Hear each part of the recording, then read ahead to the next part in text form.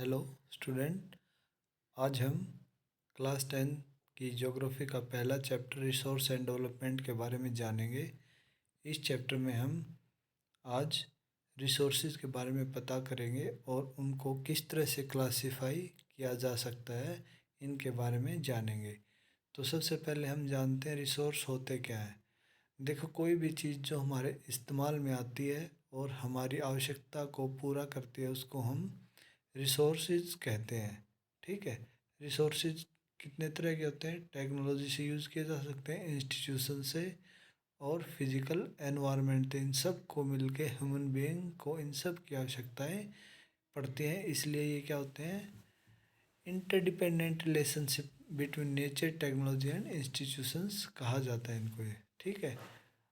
तो जो रिसोर्सेज होते हैं वे हमारे किस किस बेसिस पे क्लासिफाई किए जा सकते हैं? देखो, on the basis of origin, यानी कि जिस चीज़ से उनका ओरिजिन होता है, बायोटिक एंड एबायोटिक, यानी कि जो जैवीय और अजैवीय पदार्थों से बने होते हैं उनको हम ओरिजिन के बेस पे अलग अलग करते हैं। नेक्स्ट आता है on the basis of exhaustibility, यानी कि उनके ख़त्म होने की संभावना।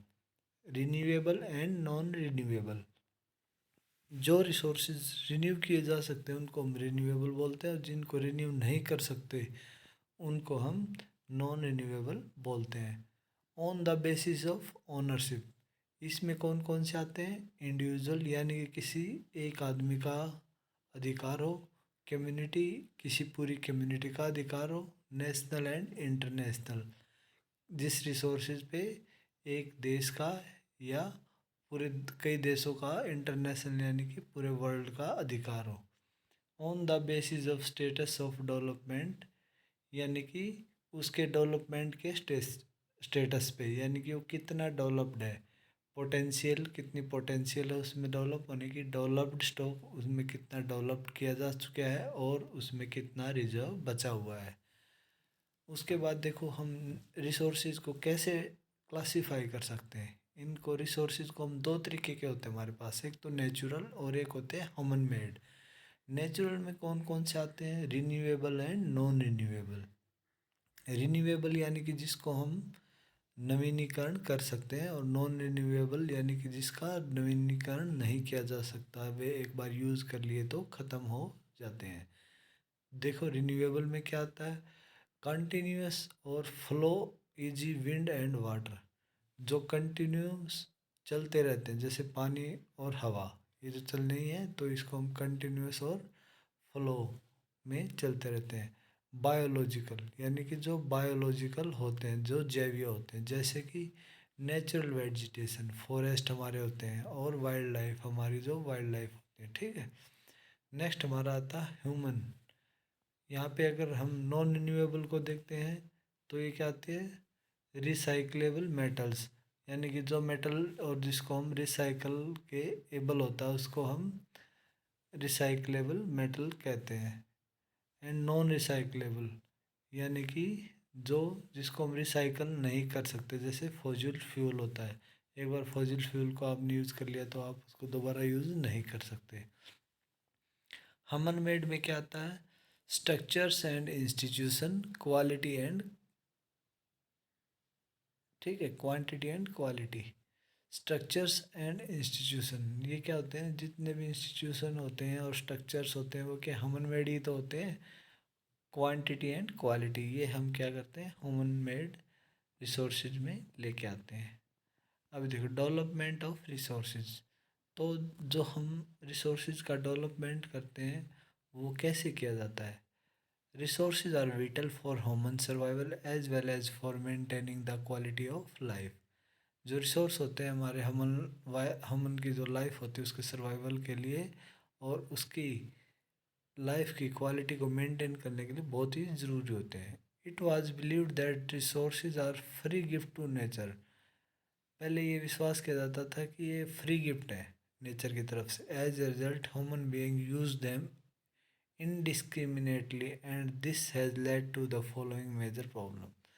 तो फ्री गिफ्ट समझ के लोगों ने इसको इतना दोहन किया, यानी कि इतना ज़्यादा यूज़ किया कि आज हम ऐसी प्रॉब्लम्स फेस कर रहे हैं। कौन कौन सी? Depletion of resources for satisfying the greed of a few individuals, यानी कि ज़्यादा रिसोर्सेज कुछ इंडिविजुअल्स अपने सेटिस्फाई ने ग्रीड जो भूख होती है पैसे की उसको सेटिस्फाई करने के लिए यूज़ करते हैं, तो क्या होता है जो रिसोर्स होता है उसका डिप्लीशन यानी कि अभाव हो जाता है और वो ख़त्म होने लगता है।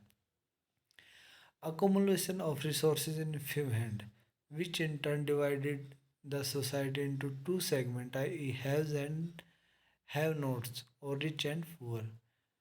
देखो, जब रिसोर्सेज का कुछ हाथों में ही अकोमुलेशन यानी कि जमा हो जाता है तो जो सोसाइटी हमारी दो सेगमेंट में बट जाती है। जैसे कि हैव, जिसके पास है और जिसके पास नहीं है, यानी कि हम उसको रिच और पुअर यानी कि अमीर और गरीब सेगमेंट भी बोल सकते हैं। Indiscriminate exploitation of resources has led to global ecological crises such as global warming, ozone layer depletion, environmental pollution and land degradation। ज़्यादा एक्सप्लॉइट करते हैं अगर हम रिसोर्सेज का तो हमें बहुत सारी क्राइसिस जो कि हमारे एक्रोलॉजी के प्रति ख़राब हैं वे हमें देखनी पड़ती हैं। जैसे ग्लोबल वार्मिंग हो गई, ओजोन लेयर का ख़त्म होना हो गया, एनवायरमेंटल पोल्यूशन हो गया और लैंड का डिग्रेडेशन हो गया। इस तरह से क्या होता है कि जिस ज़्यादा यूज़ होने की वजह से फिर हमने क्या किया, एक अर्थ समिट किया गया। तो वो जो अर्थ समिट था वो कहाँ पे हुआ? रियो डी जेनेरियो में 1992 में। तो यहाँ पे 100 स्टेट्स के हेड यहाँ पे मिले और उन्होंने एक एजेंडा पॉइंट पे साइन किए। ठीक है, वो किसके लिए? कि सस्टेनेबल डेवलपमेंट को प्राप्त करने के लिए। सस्टेनेबल डेवलपमेंट क्या है? देखो, डेवलपमेंट का मतलब होता है कि भाई किसी भी राष्ट्र का आगे बढ़ना, बट अगर वो सस्टेनेबल नहीं है तो क्या है, वो कहीं ना कहीं हमारे एनवायरनमेंट को बहुत ज़्यादा नुकसान कर पहुंचा रहा है और हमारे आने वाले समय में बहुत सारी प्रॉब्लम्स क्रिएट कर रहा है। तो उसको बचाने के लिए हमने क्या किया, सस्टेनेबल इकोनॉमिक डेवलपमेंट लेके आने के लिए हमने समिट ऑर्गेनाइज किया और एक एजेंडा बनाया, उसका नाम था एजेंडा 21।